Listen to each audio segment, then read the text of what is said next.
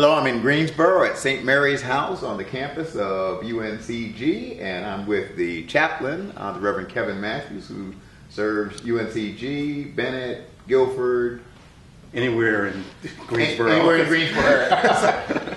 Well, we're with Kevin really to talk about Ash Wednesday and what you do on Ash Wednesday.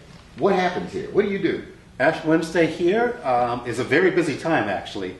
We start with a service at St. Mary's House at 7:30 in the morning. And then we go to UNCG. And we do Ashes to Go there for several hours in the middle of the day.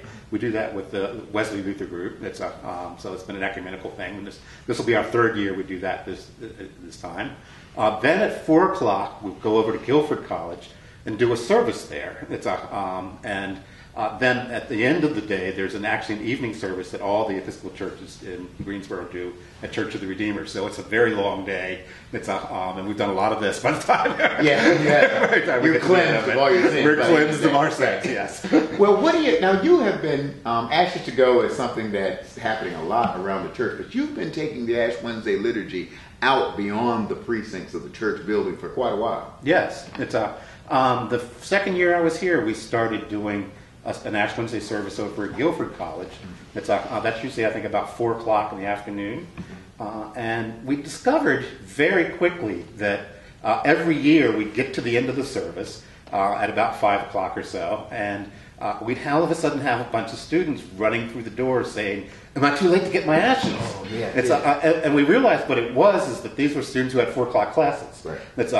And so they couldn't get to the service, but they still wanted to get those ashes. So, and that was terribly important to them. And what am I going to say? No, you can't have them because you weren't at the service? Right. Of course not. We give it to them. And so we were kind of doing Ashes to Go before anybody had ever given it a name, right, and just didn't realize it. And I've learned very quickly about that there's something about getting the ashes that is important to people that has a life of its own beyond our service. Mm-hmm. Is this the same thing as going to an Ash Wednesday service? No, of course not. Mm-hmm. But it's still resonating in some really powerful way for people that they come. And if you set it up somewhere where there are people, they'll be there. It is as though it's like a tangible message from God or something. Yeah, I don't know, and I think it maybe has something to do with people recognizing that they need to maybe spend some time on their interior self. Yeah. And that this is kind of a reminder of that. You don't have a lot of people coming up who've never grown up with the tradition of Ash Wednesday. So it is somehow connected for them with being a part of. Hey, I'm still connected with God. Maybe I'm not doing all the stuff that I did as a child or that I think I'm supposed to do.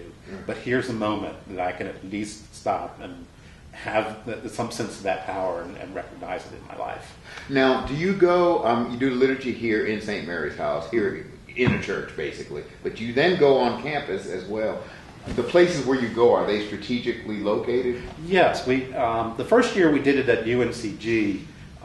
It was in front of the Associated Campus Ministries building, which is an ecumenical building that got built after the campus wanted the space of several of the campus ministries on the other side of campus from where we are.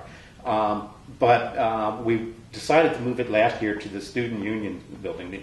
It's at the Elliott University Center because that's one of the main traffic spaces. Mm-hmm. It's where a lot of food places are to eat. It's where all the students' business happens. So we moved it there. This year, we hope the weather's going to be warm enough for us to do it outside of that building, right outside the doors. Because you catch even more people. That way. But we really just want it to be in a place that's available that people will see it. That we can provide it for them. Now, you pretty much minister to the various campus communities here in the Greensboro area. But I know that some of the churches and some of the clergy provided ashes somewhere here in Greensboro.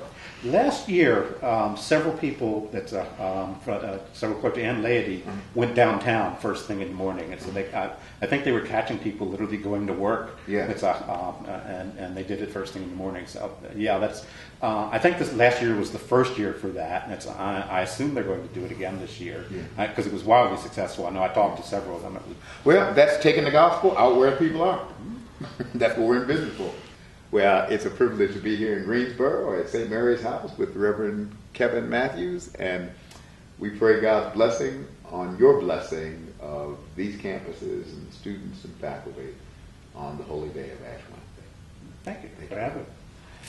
And God bless you and keep the faith.